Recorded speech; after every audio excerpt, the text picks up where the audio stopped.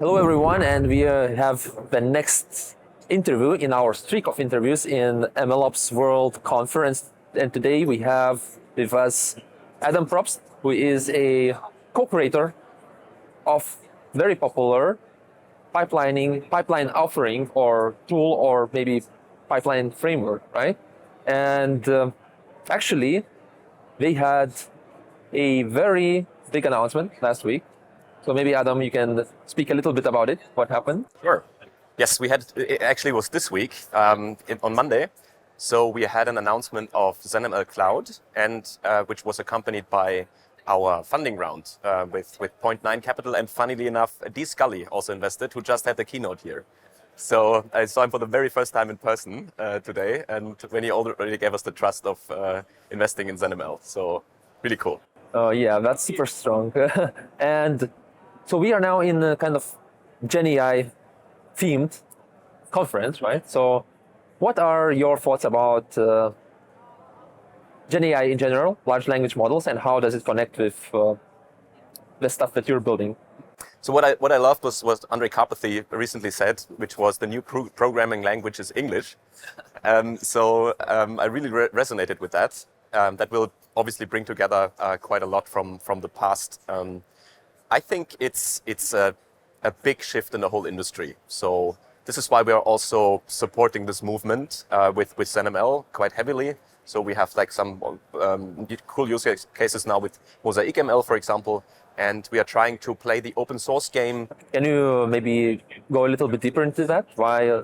Yes. So the hype since ChatGPT launched in November last year or October last year is amazing. So the whole attention of the machine learning world is going into that direction. Many companies right now have the impression or have the stress of missing out. They have FOMO.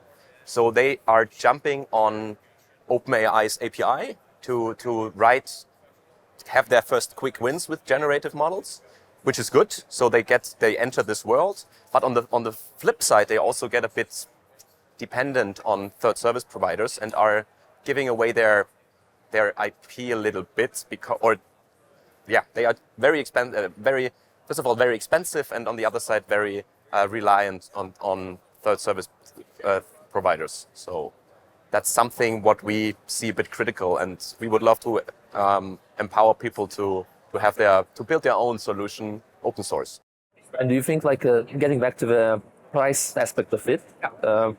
I mean, yes, these proprietary APIs are definitely expensive, but do you think we are already at that stage where we can actually deploy something cheaper on our own? And then I say deploy, I mean also prepare it for deployment, like fine-tune it. Yes. So what we think is that you will have way more specialized LLMs for your specific use case. Currently, you are shooting birds with huge guns, right? And that's just overloaded. It's too expensive. It's not flexible enough. And we think that you have to have a niche LLM for your niche use case, and then you can be way faster, train way more specific on that problem what you have. And this is something what we would like to support. So the entry point for the almost AGI of OpenAI is good, but we think that it's faster and cheaper and also more suitable for the masses of companies if you have specific niche LLMs, which you build on your own, hopefully. Yeah, but okay, so what are the challenges of doing that? Because, calling an API from OpenAI, it's not necessarily super expensive, right? If you're at a lower scale, because I imagine that if you don't have a need of tens of thousands API calls per day, right? It's not that. This is why I'm saying like the entry point is amazing, but just imagine the world in 2 or 3 years. I think it's gonna be. First of all, you don't know how OpenAI will develop. Maybe they go crazy and quadruple the prices. I remember they reduced it by 90% recently, or not recently, but within the last year. So this is why it could also go in the different direction again. So this is I mean, you don't have this strategic flexibility as a company because you are still dependent on that API. So and this is the risk. But obviously, right now it's very comfortable, very convenient, still very cheap to have the first proof of concepts.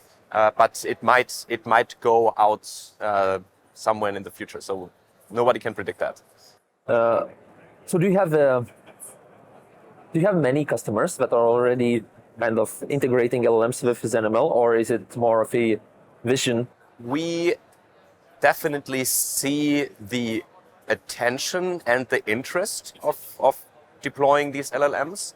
But I wouldn't say since the launch of ChatGPT last year, but for the last, let's say, 3 to 4 months, we see a bit increase in this interest. So also in open source, yes. And what's the success of adopting it? Like, there are challenges, right? It's not like just, and we have a LLM in production on our own infrastructure. Right? Yes. So where are the challenges? First of all, we have many deployments are on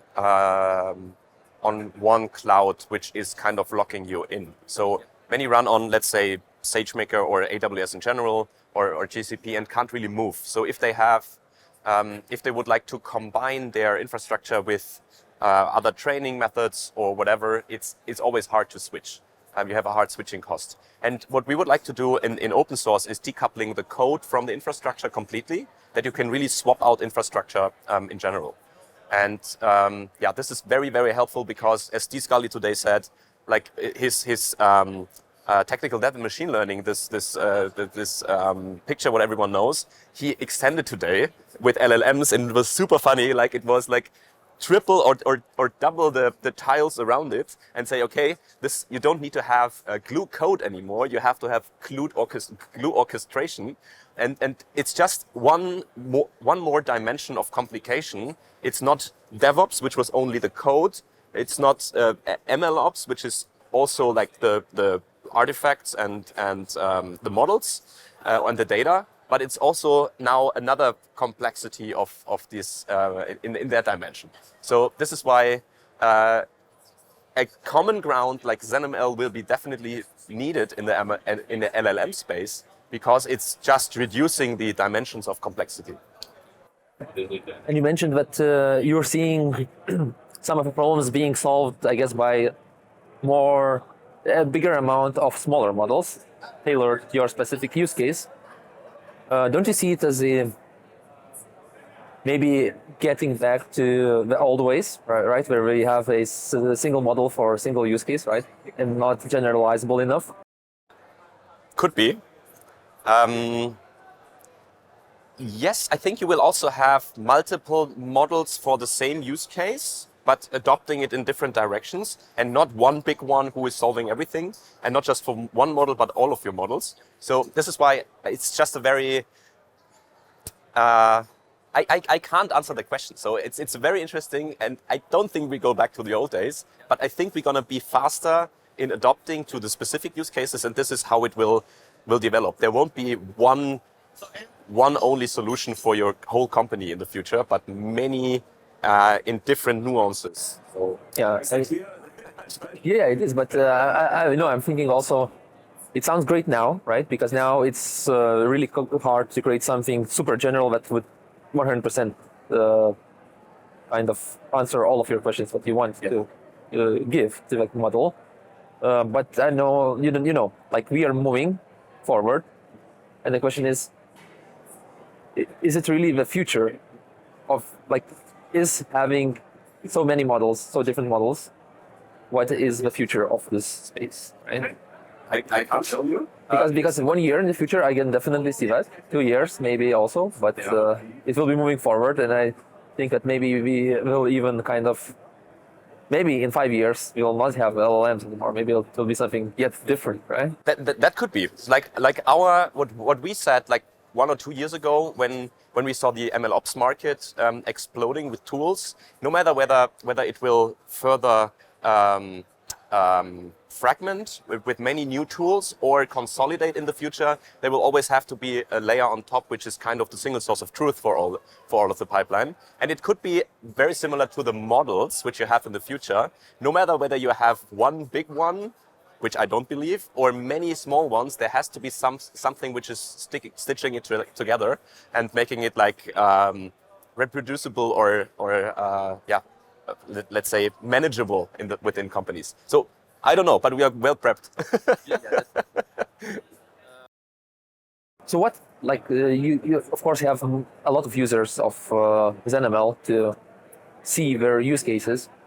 But I guess what are the main challenges when you want to bring the model in-house, and how would you do the decision to actually not use something proprietary? Like what would be your mind thought behind it? Let's say you have a use case and you need to solve for it, right? How would you approach it from the very beginning? Choosing a model, maybe applying some fine-tuning on it if it's open source, and what's the chronological order of the thinking that you would be taking? So it's always cool to have a proof of concept with an API even in the beginning. So just to give you a big tailwind within your organization that you are allowed to build now this LLM internally. And then in the next, actually implementing it, we see still different solutions. So I can't really answer that question yet. Sometimes you just copy a model and then fine-tune it from there. Sometimes you start from scratch. So the chronological order is still diverse, and I haven't seen a pattern yet. So we should talk again in like 6 months. Okay.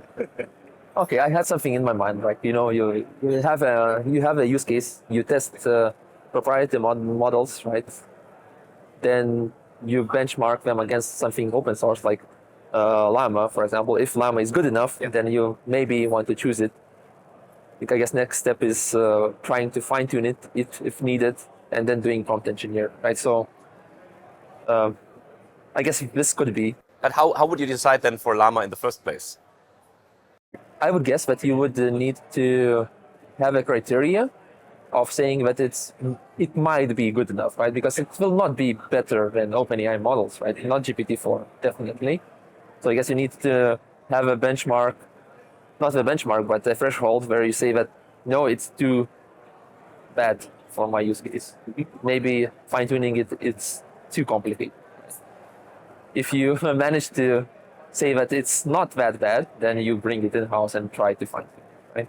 Yes, and this is again like you're comparing the closed source with the open source world, and it has to be a smooth transition. So this is what we believe. You can do the POC with GPT-4 and then start with Llama, but then you already switch to open source in that step. So this is a movement what we hope to see in the future, just being open source and not dependent on these third service providers.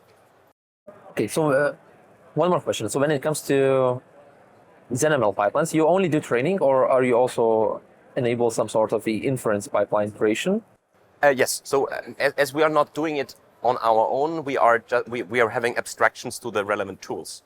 And this is end to end, and this is also what we are promoting with our cloud product. That you have the kind of the whole machine learning end to end lifecycle covered on the abstraction layer of ZenML, and then can dive into these specific fields like inference and stuff.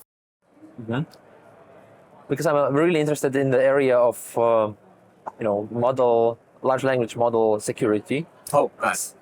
So I was wondering if maybe ZenML could be leveraged to kind of create quality gates before and after large language models. Yes. Did you see it done, or? This is something what we're working on. So as we are kind of, we used to call us the glue code or this stitching things together, but that's on a different layer. This is like on the same layer with the tools. We see ourselves as like on the meta level of these tools. And this is why we can very easily integrate these stage gate processes to stop the process and then change something what we've done before and warm start the pipeline from there with the LLM, for example. So yes, we have this kind of possibility. We don't do that yet, or we haven't figured it out yet, but this is something what is in our DNA to enable. But does it also mean that, for example, you're already set on using LLM in production, right? So you have it deployed as an inference endpoint, but you want to kind of implement a firewall between the inputs and after the outputs are coming out, right? So would that also be possible to? Yes. and because we're naturally connecting these firewalls anyhow, and right now they are just doors which are open, but it's quite easy to implement that in the future.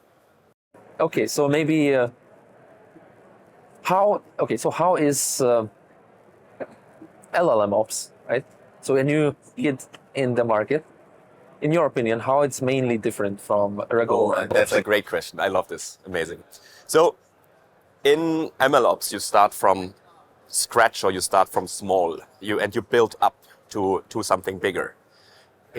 So that's very simple words how I try to explain it now.